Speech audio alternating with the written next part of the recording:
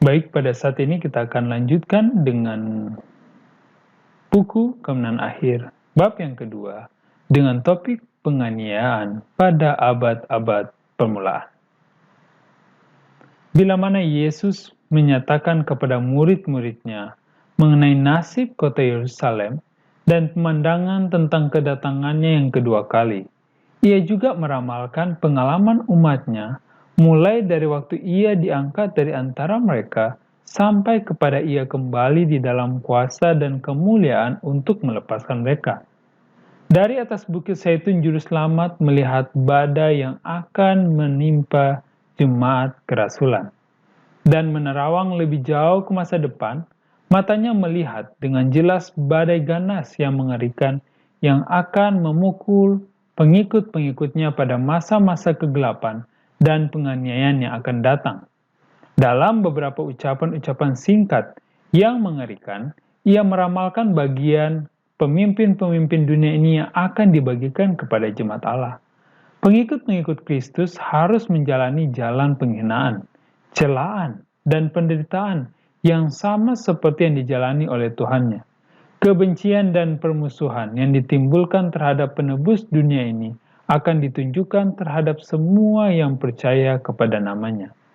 Sejarah jemaat yang mula-mula itu menyaksikan kegenapan kata-kata Juru Selamat.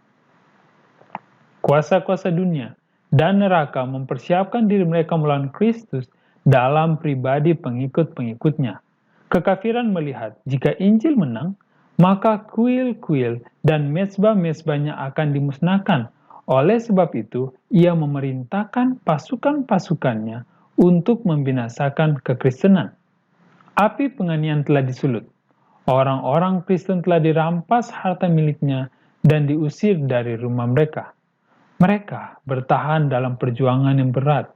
Ada pula yang diejek dan didera, bahkan yang dibelenggu dan dipenjarakan. Banyak yang memeteraikan kesaksian mereka dengan darahnya. Kaum bangsawan dan hamba, orang kaya dan orang miskin, orang-orang terpelajar dan orang-orang bodoh, semuanya sama dibantai tanpa belas kasihan. Penganiayaan ini bermula pada zaman Kaisar Nero, pada waktu Rasul Paulus mati syahid. Berlangsung terus dengan semakin kejam atau kurang selama berabad-abad. Orang-orang Kristen dituduh dengan tuduhan palsu melakukan kejahatan yang mengerikan dan dinyatakan sebagai penyebab bencana besar seperti bahaya kelaparan, wabah, dan gempa bumi. Sementara mereka menjadi sasaran kebencian dan kecurigaan, para penuduh demi keuntungannya mengkhianati orang yang tak bersalah itu. Mereka dituduh sebagai pemberontak yang melawan kerajaan, sebagai musuh agama, dan sebagai wabah bagi masyarakat. Banyaklah yang dilemparkan kepada binatang buas atau dibakar hidup-hidup di amfiteater. Sebagian disalibkan, yang lain dibungkus dengan kulit binatang liar dan dilemparkan ke arena untuk dicabik-cabik oleh anjing-anjing ganas. Hukuman mereka sering dibuat menjadi hiburan utama pada pesta-pesta umum. Orang banyak berjubel, menikmati tontonan itu, dan tertawa serta bertepuk tangan menyaksikan korban yang sedang menderita menghadapi maut.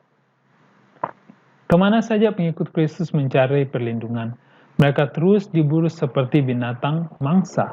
Mereka terpaksa mencari persembunyian di tempat-tempat terpencil yang tidak ada orang. Kekurangan, kesesakan, dan siksaan. Dunia ini tidak layak bagi mereka. Mereka mengembara di padang gurun dan di pegunungan, dalam gua-gua dan celah-celah gunung. Katakom-katakom dimanfaatkan menjadi tempat persembunyian beribu-ribu orang. Di bawah bukit-bukit di luar kota Roma, terowongan panjang telah digali di tanah dan batu. Jaringan lorong-lorong gelap dan rumit dibuat bermil-mil di luar tembok kota. Di tempat pengasingan bawah tanah inilah pengikut-pengikut Kristus menyembunyikan orang mati mereka. Dan di sini jugalah mereka bertempat tinggal bila mana mereka dicurigai dan dipersalahkan mengenai sesuatu. Bila mana pemberi hidup itu membangunkan mereka yang telah melakukan perjuangan yang baik, banyaklah orang-orang yang telah mati syahid demi Kristus yang akan keluar dari gua bawah tanah yang suram itu. Meskipun mengalami penganiayaan yang paling kejam, Saksi-saksi Yesus ini tetap memelihara iman mereka tidak tercemar. Meskipun jauh dari segala kesenangan, ditutupi dari sinar matahari dan tinggal di dalam gelap di dalam tanah, mereka tidak mengeluh sedikit pun. Dengan kata-kata iman, ketabahan dan pengharapan, mereka menguatkan satu sama lain untuk menanggung penderitaan dan kekurangan dan kesesakan. Kehilangan berkat-berkat duniawi tidak bisa memaksa mereka untuk menyangkal iman mereka pada Kristus. Pencobaan dan penganiayaan hanyalah langkah-langkah yang membawa mereka semakin dekat kepada istirahat dan upah mereka. Seperti hamba-hamba Allah pada zaman dahulu kala, banyak dari mereka yang disiksa dan tidak mau menerima pembebasan, supaya mereka menerima kebangkitan yang lebih baik. Hal ini mengingatkan kepada pikiran mereka, kata-kata guru mereka, yang bila mana dianiaya demi Kristus, mereka akan sangat bersuka cita karena besarlah upah mereka di surga. Karena demikianlah juga nabi-nabi dianiaya sebelum mereka. Mereka bersuka cita karena mereka dianggap layak menderita demi kebenaran. Dan nyanyian kemenangan berkumandang baik naik dari dalam api yang mengamuk. Oleh iman mereka memandang ke atas. Mereka melihat Kristus dan malaikat-malaikat menghadapi peperangan surga, memandang kepada mereka dengan penuh perhatian, dan menghargai kesetiaan dan keteguhan hati mereka. Satu suara turun dari takhta Allah kepada mereka. Hendaklah engkau setia sampai mati, dan aku akan mengaruniakan kepadamu mahkota kehidupan. Sia-sialah usaha setan, menghancurkan jemaat Kristus dengan kekerasan. Pertentangan yang besar di mana murid-murid Yesus menyerahkan hidup mereka tidak berakhir pada waktu murid-murid pembawa standar moral ini dibunuh. Mereka menaklukkan pada waktu mereka dikalahkan. Pekerja-pekerja Allah dibunuh, tetapi pekerjaannya maju terus dengan mantap. Kabar Injil itu terus tersebar dan jumlah pengikut-pengikutnya terus bertambah. Injil itu menerusi daerah-daerah yang tidak mudah dimasuki, bahkan sampai ke daerah kekuasaan Roma. Seorang Kristen dalam pembelaannya berkata kepada penguasa kafir yang mendorong penganiayaan, "Engkau boleh membunuh kami, menyiksa kami, menghukum kami. Ketidakadilanmu adalah bukti bahwa kami tidak bersalah, atau kejahatanmu tidak berguna bagimu." Semuanya itu menjadi undangan kuat memanggil orang lain kepada keyakinannya yang kuat. Semakin sering kami engkau babat, semakin banyak kami bertumbuh. Darah orang-orang Kristen itu adalah benih. Ribuan orang dipenjarakan dan dibunuh. Tetapi yang lain muncul menggantikan tempat mereka, dan mereka yang telah mati syahid oleh karena iman mereka yang teguh kepada Kristus telah diperhitungkan Tuhan sebagai penakluk. Mereka telah melakukan perjuangan dan baik, dan mereka akan menerima mahkota kemuliaan bila mana Kristus datang kembali. Penderitaan yang mereka tanggung telah membuat orang-orang Kristen semakin dekat kepada satu sama lain dan kepada penebus mereka. Teladan kehidupan mereka dan sikap mereka menghadapi kematian telah menjadi kesaksian abadi bagi kebenaran. Dan tanpa diharapkan pengikut-pengikut setan meninggalkan tugasnya dan menggabungkan diri di bawah panji-panji Kristus. Oleh sebab itu, setan menetapkan rencananya untuk berperang lebih keras dan lebih berhasil melawan pemerintahan Allah dengan cara menanamkan panji-panjinya di dalam jemaat Kristen. Jikalau para pengikut Kristus dapat ditipu dan dituntun untuk melawan Allah, maka kekuatan, ketahanan, dan keteguhan mereka akan dapat dihancurkan, dan mereka akan jatuh menjadi mangsa yang tidak berdaya. Sekarang, permusuhan besar ini berusaha memenangkan dan tipu daya licik apa yang tidak dimenangkan dan kekerasan. Penganiayaan dihentikan dan digantikan dengan daya tarik kekayaan duniawi yang berbahaya dan kehormatan duniawi. Para pemuja berhala telah dituntun untuk menerima sebagian iman Kristen, sementara mereka menolak kebenaran-kebenaran penting lainnya. Mereka mengaku menerima Yesus sebagai anak Allah dan percaya kepada kematian dan kebangkitannya, tetapi mereka tidak punya pendirian mengenai dosa dan tidak merasa perlu bertobat atau perubahan hati. Oleh karena pihak mereka telah memberi konsesi, maka mereka mengusulkan agar orang-orang Kristen juga memberi konsesi agar supaya semuanya boleh bersatu dalam landasan iman dalam Kristus. Sekarang jemaat berada dalam bahaya yang sangat menakutkan. Penjara, penyiksaan, api, dan pedang adalah lebih berat dibandingkan dengan ini. Sebagian orang Kristen berdiri teguh dan menyatakan tanpa kompromi kepada setan. Sebagian yang lain setuju menyerah atau memodifikasi sebagian bentuk kepercayaan mereka dan bersatu dengan mereka yang telah menerima sebagian kekristenan itu, dan mengatakan bahwa ini adalah bentuk pertobatan mereka sepenuhnya. Ini adalah masa kesukaran dan penderitaan yang dalam kepada pengikut-pengikut setia Kristus. Dengan jubah kekristenan yang pura-pura, setan membuat dirinya disenangi oleh jemaat untuk merusak iman mereka dan mengalihkan pikiran mereka dari firman kebenaran. Kebanyakan orang Kristen pada akhirnya setuju menurunkan standar moral mereka, sehingga terbentuklah satu persekutuan antara kekristenan dan kekafiran. Meskipun mereka yang berbakti kepada dewa-dewa mengaku bertobat dan dipersatukan dengan gereja, mereka masih terus bergantung kepada penyembahan berhalanya, hanya mengganti objek peribadatan mereka kepada patung Yesus, bahkan patung-patung Maria dan orang-orang kudus lainnya. Dengan demikian, bau busuk ragi penyembahan berhala dibawa masuk ke dalam gereja yang dilanjutkan dengan pekerjaan-pekerjaan jahatnya. Ajaran-ajaran yang tidak kuat dan mantap, upacara tahyul dan acara penyembahan berhala telah digabungkan dengan iman dan peribadatannya. Sementara para pengikut Kristus dipersatukan dengan para penyembah berhala, agama Kristen telah menjadi rusak, dan jemaat telah kehilangan kesucian dan kuasanya. Namun, ada sebagian yang tidak disesatkan oleh penipu ini.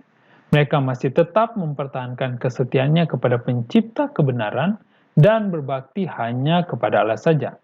Akan selalu ada dua kelompok. Orang-orang yang menyatakan dirinya pengikut-pengikut Kristus, sementara yang satu kelompok mempelajari kehidupan juru selamat dan dengan sungguh-sungguh memperbaiki kekurangan mereka, serta menyesuaikan diri dengan teladan mereka. Kelompok yang lain menghindari kebenaran yang praktis dan mudah dimengerti yang mengungkapkan kesalahan mereka.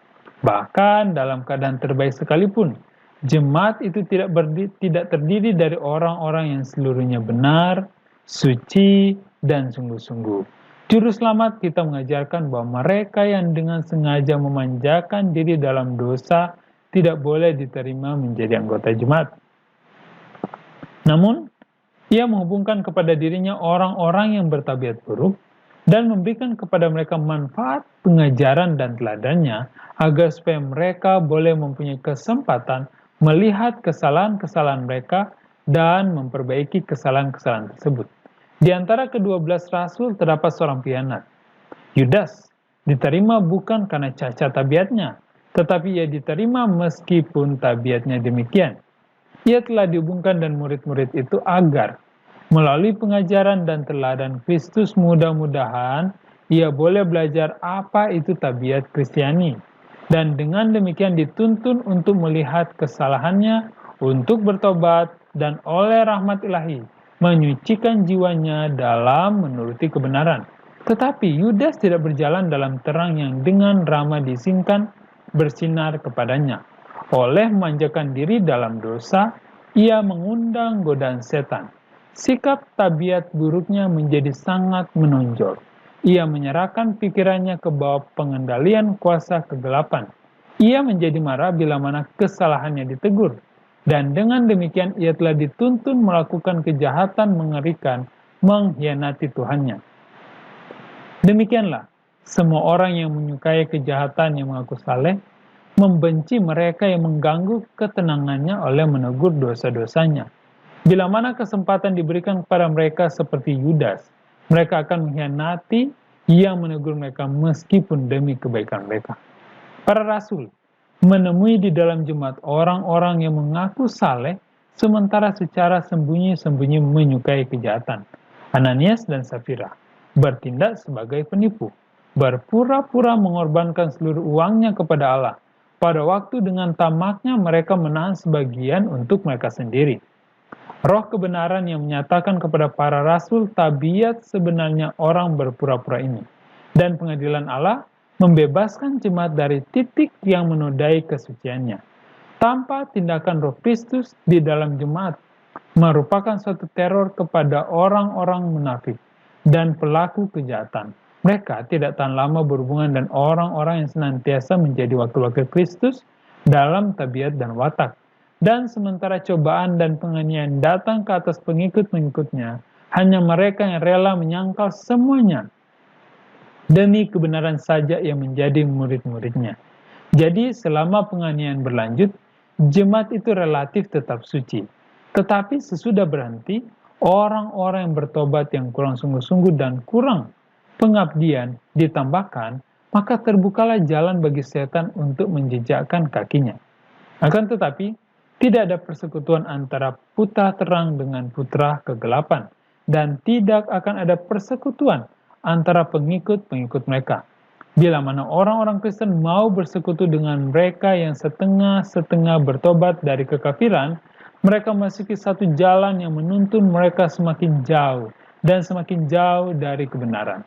Setan bersuka bahwa ia telah berhasil menipu begitu banyak pengikut Kristus. Ia kemudian mengarahkan lebih banyak kuasanya dalam usaha ini dan mengilhami mereka untuk menganiaya mereka yang tetap setia kepada Allah. Tidak ada yang paling mengerti cara menentang iman Kristen yang benar seperti mereka yang pada suatu waktu pernah mempertahankannya. Dan orang-orang Kristen yang murtad ini bergabung bersama dengan teman-temannya yang setengah kafir menunjukkan peperangan mereka menentang doktrin paling penting Kristus.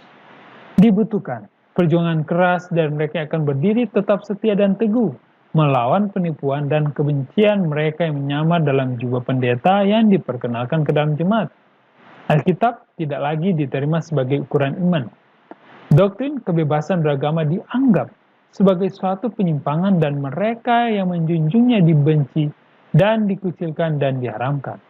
Setelah melalui pertikaian panjang dan sengit, mereka yang setia dan sedikit memutuskan untuk menghilangkan semua persekutuan dengan gereja yang murtad kalau gereja itu tetap menolak membebaskan dirinya dari kepalsuan dan penyembahan berhala. Mereka melihat bahwa pemisahan mutlak diperlukan jikalau mereka mau menuruti firman Allah. Mereka tidak berani bersikap toleransi terhadap kesalahan-kesalahan yang fatal bagi jiwa mereka sendiri dan memberikan contoh yang membahayakan iman anak-anak dan cucu-cucu mereka. Untuk menjamin perdamaian dan persatuan, mereka siap melakukan konsesi yang sesuai dengan kesetiaan kepada Allah. Tetapi mereka merasa bahwa perdamaian sekalipun akan terlalu mahal jika harus dibeli dengan mengorbankan prinsip. Jikalau persatuan dapat dijamin hanya oleh dikompromikannya kebenaran dan kebajikan, maka biarlah ada perbedaan dan bahkan peperangan. Adalah baik bagi jemaat dan dunia jikalau prinsip yang menggerakkan jiwa-jiwa yang berdiri teguh itu dihidupkan kembali di dalam hati mereka yang mengaku umat Allah. Ada bahaya acuh tak acuh dalam hubungannya dengan ajaran atau doktrin yang menjadi tiang-tiang iman Kristen.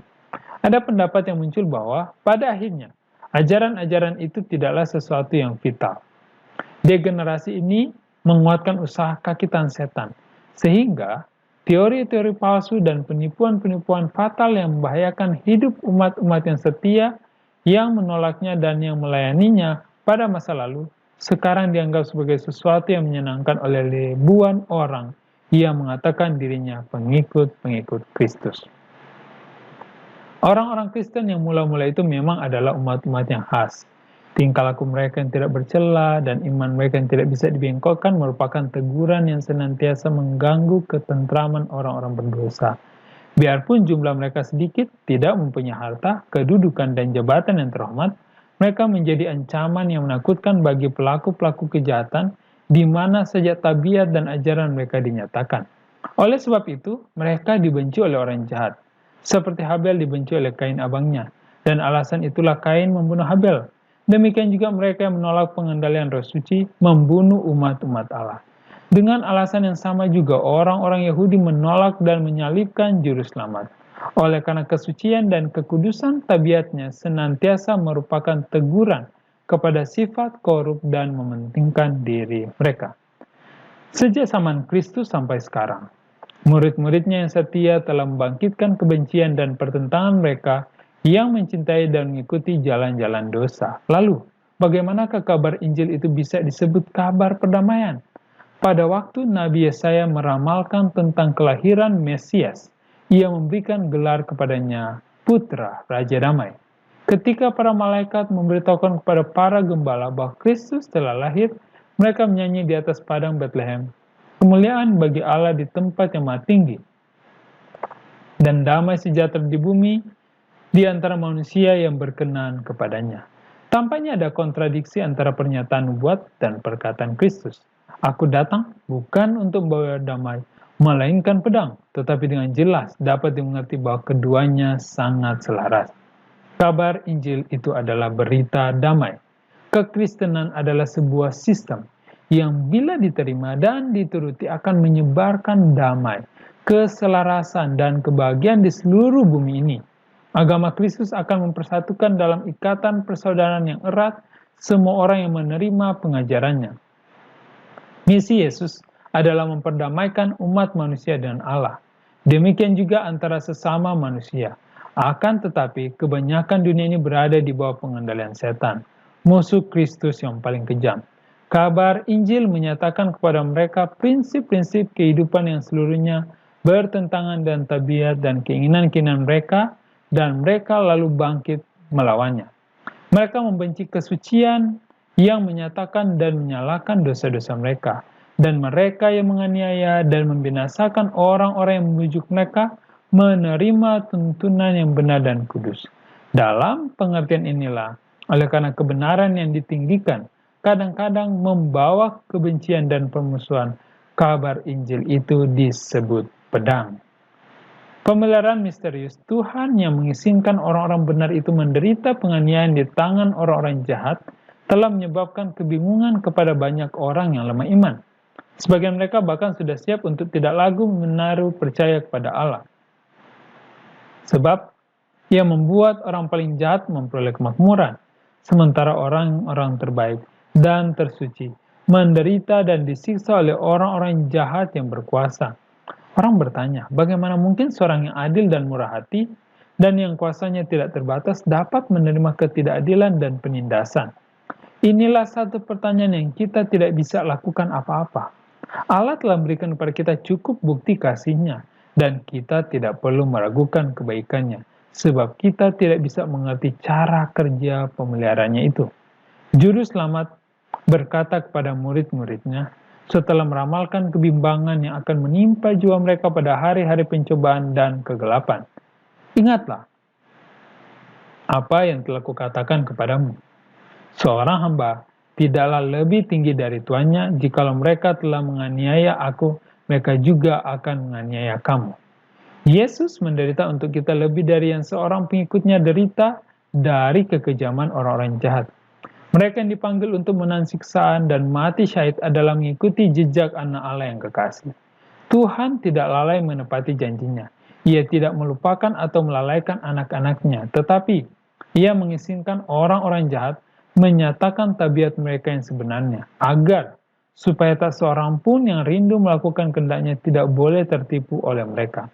Sekali lagi, orang benar itu ditempatkan di dalam dapur kepicikan, agar mereka sendiri boleh disucikan, agar teladan mereka boleh meyakinkan orang-orang lain mengenai realitas dan kebaikan, dan juga agar oleh keteguhan mereka boleh menyatakan kesalahan orang yang tak beriman dan tidak percaya.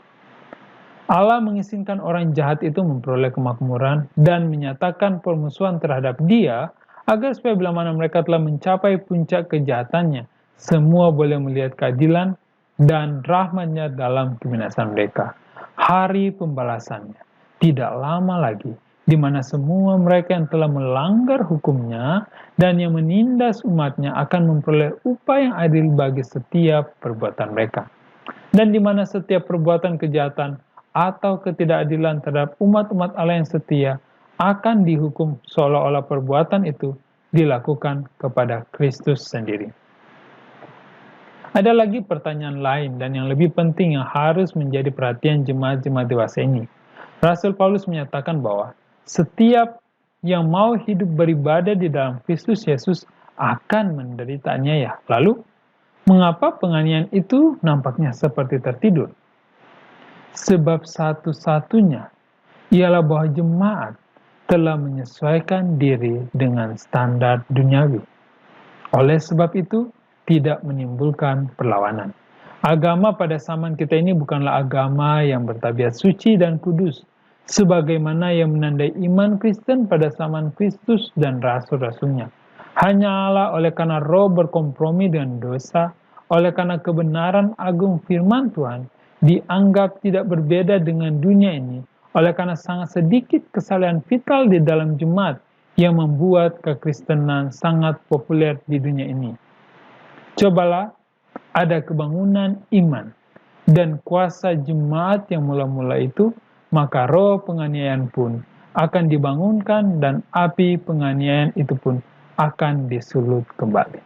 Saya percaya kita boleh memperoleh berkat lewat bacaan buku Kemenangan Akhir, bab yang kedua dengan judul Penganiayaan Abad-Abad Permulaan.